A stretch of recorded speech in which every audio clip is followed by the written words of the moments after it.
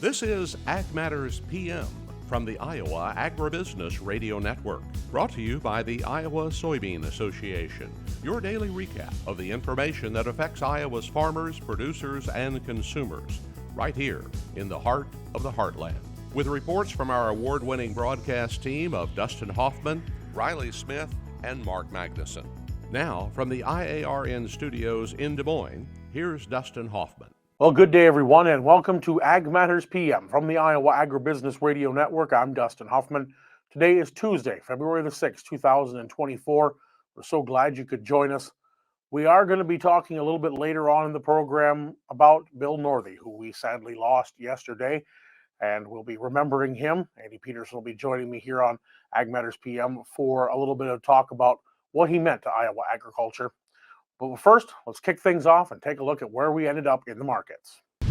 It's time now for the Ag Matters PM Closing Market Summary, your source for market analysis and settlement prices from the day's trade in Chicago, courtesy of the folks at agmarket.net.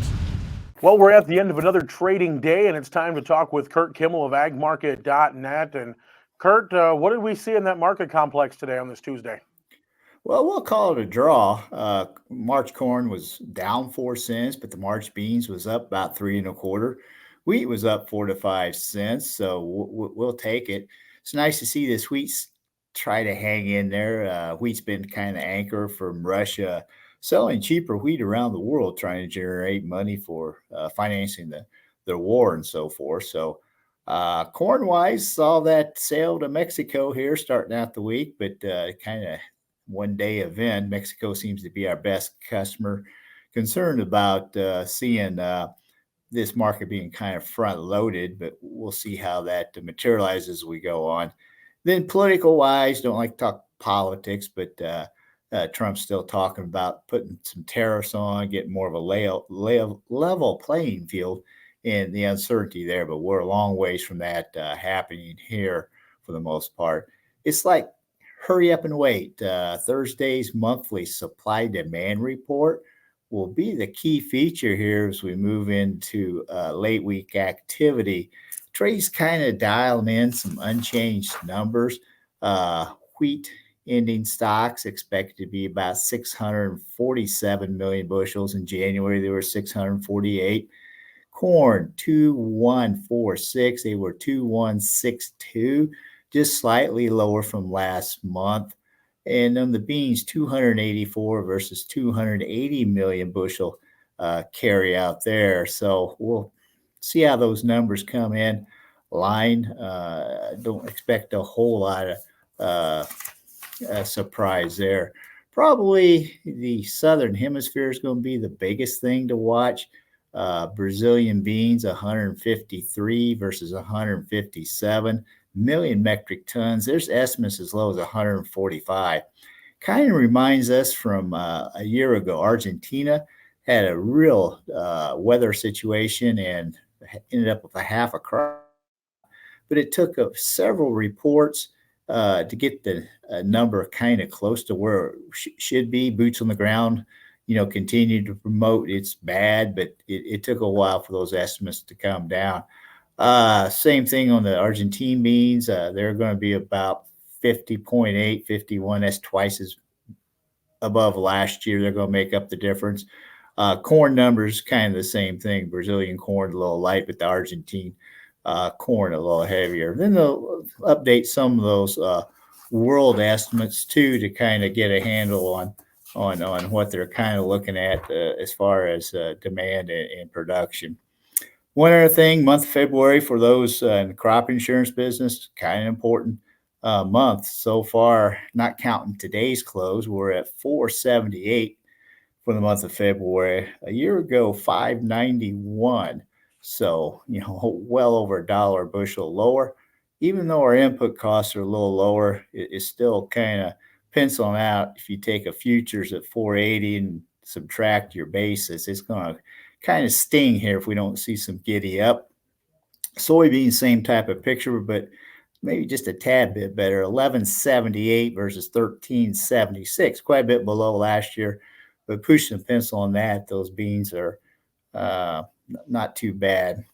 You just got to pencil in, what's your cost of production and kind of keep an eye on your break evens here, because if we don't have some of this demand pick up and we get acres and favorable weather, it's going to be hard to make some money this coming year. Oats knows. The reason I say that is if you look at oat chart, oats have been sideways here since November, and they're fixing to do something here, hopefully fairly quickly. So whichever way oats goes, maybe the corn and soybean market will follow there, Dustin. All right, and then switching gears into the livestock side of things, I know it wasn't the greatest of days in the cattle and hog complex yesterday. Did we see any turnaround today, or was it more of the same?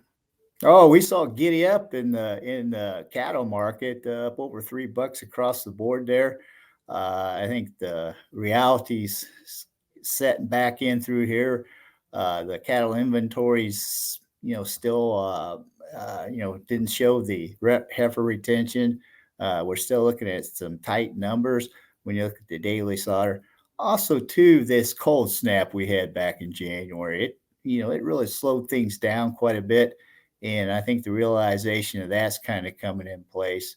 And also, too, this demand just continues to kind of hang in there. So that beef sector's holding in there. We've got the market in a position technically. We've got a nice uptrend going here.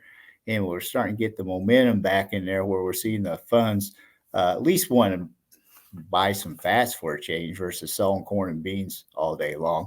Hog-wise, lean index is starting a seasonal up and through here. And the significance of that is we just see higher prices as we move into July. And we're seeing a situation where those summer months are pricing in, some higher returns as we move into summer, but back down in the fall. Loins and hams kind of been steady. And the bellies, they're holding those large gains we've seen here at the wholesale level here over the last couple of weeks. Wholesale bellies were down under 80 cents a pound. We're up to $1.40 a pound. So once again, put some bacon in the freezer if you can. Oh. All right. Well, if folks want to talk some more market strategies, look at what they've got set up for the 2024 season, what's the best way for them to get in touch with you all at agmarket.net? They kind of take a peek at what we're looking at, agmarket.net, click on Untel. And we had our winter seminar down in Nashville here over the weekend here, and we'll be posting that here fairly quickly. So if you're open to some grain marketing ideas, check out agmarket.net, Intel. All right. Well, we thank you so much, Curt, for the insight. We'll talk to you again real soon. Very good. Take care. That again was Curt Kimmel of agmarket.net. Let's go ahead and take a look at the closing numbers. That comes to us on the Iowa Agribusiness Radio Network market screen. March corn closed down 4 cents at $4.38 3/4. Soybeans up 3 1/4 at $11.99 1/2. Soy meal down $2.30 at $3.58.80. Soy oil up 61 cents at $45.94. Chicago wheat up 4 3/4 at $5.95 even. Kansas wheat up 4 1/2 at $6.18 1/2. Minneapolis spring wheat up 2 1/4 at $6.93 1/4, and oats up 10 1/2 cents at $3.78. February live cattle up $3.27 at $183 even. Feeders up $3.92 at $246.67. Lean hogs down 95 cents at $81.25. Pork cutouts down $1.10 at $89.40. Class 3 milk down a dime at $16.25. And that again was our ag market recap. We're going to take a short break and hear from our sponsor, the Iowa Soybean Association and the Soy Checkoff. When we come back, we remember Bill Northey. This is Ag Matters PM. Iowa Soybean Association is driven to deliver for Iowa's 40,000 soybean farmers. We're proud to provide objective agronomic research, a helping hand with soil and water stewardship, and timely industry news powered by the Soybean Checkoff. Learn more at iasoybeans.com. Well, welcome back to AMPM from the Iowa Agribusiness Radio Network. I'm Dustin Hoffman, and as we mentioned earlier in the program, kind of a big shock here to the Iowa ag industry and the ag industry as a whole, as we learned yesterday about the passing of former Iowa Ag Secretary, former USDA Undersecretary Bill Northey. A shock to all of us, and we're bringing on fellow Iowa Ag Business Radio Network, correspondent here, Andy Peterson. And Andy, you had a lot of time, more than anybody else at the network, with him. I mean, I had a chance to get to know him in the time I've been here. But as we discussed during the Iowa Ag Matters program this morning, it's just a shock and a huge loss for everybody here in Iowa agriculture. Yeah, it certainly is. And I appreciate the opportunity, Dustin, to share a few stories, maybe my favorite story, I guess. about Iowa's longest serving Ag Secretary, Bill Northey, and a good friend, someone that you could text back and forth with, and he would respond. Even during his time at USDA, I can't imagine that's terribly common amongst USDA officials. But, I first met him almost immediately after he won his first election, covering various events. And it was pretty clear at the time that that he was as authentic and genuine as you would expect him to be, or at least maybe think he would be, just by watching him on TV or hearing him on the radio or hearing him speak. But once you did get to meet him, he always knew your name. He always asked how things were going, kept up with you, and some of my favorite stories. He and I were able to present legendary Hawkeye football coach Hayden Fry with an award on the 30th anniversary of A&F Fry Fest. Obviously, we all know the A&F story. Coach Fry put the decals on the jersey during the farm crisis in the 80s to help farmers, and it's grown from there. Significant contribution. So great to be able to thank Coach Fry for all he had done. He's sitting on the panel, and I'm looking down. Governor Branstad did the proclamation. Bruce Harold, the university president there, and a big crowd in Coralville. And then the secretary actually got to give Coach Fry the award. And I just have fantastic memories of that day. Bill emailed me afterwards and talked about how much fun he had, which, on the surface is kind of ironic. He's an Iowa State grad, right? Proud Cyclone. And here he is honoring the greatest Hawkeye football coach in history, or at least one of them, I guess. And yet that's what he did to represent Iowa agriculture. Now, there's a fun backstory to this also, in that once we get off stage, Coach Fry gives the award to one of the governor's staffers, as he and Governor Branstad and Secretary Northey go to have lunch together. I get a call from Coach Fry about a week later, and I'm not even going to attempt to impersonate him because I can't do a good Hayden Fry. But the coach says, "Hey, thanks for the award. Really appreciate it. What a tremendous honor." And then he says, "You wouldn't happen to know where it went, would you?" No, Coach Fry. No. I should. Well, he says, "Can you look into that for me?"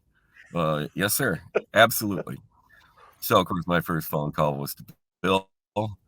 2 days later, he called me back and said, "Hey, it's up at the Capitol. Never made its way back to Coach Fry. We'll ship it out to him. What's his address?" So I gave it to him. A couple days later, Coach Fry calls. "Hey, thank you very much. Really, really honored to be able to hang that on my wall here in Nevada." So, that's certainly, the secretary didn't have to follow that up the way that he did, right? But he absolutely did, and that's, I think, encompasses what Bill Northey has done for Iowa agriculture, and all of those of us in it would do, how he approached things.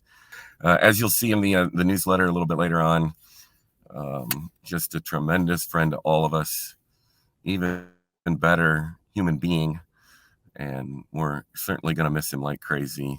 It's on us to follow the example now that he's set, figure out how to do things better, and only choice we have is to take it from here. Andy, it's interesting how you said his memory.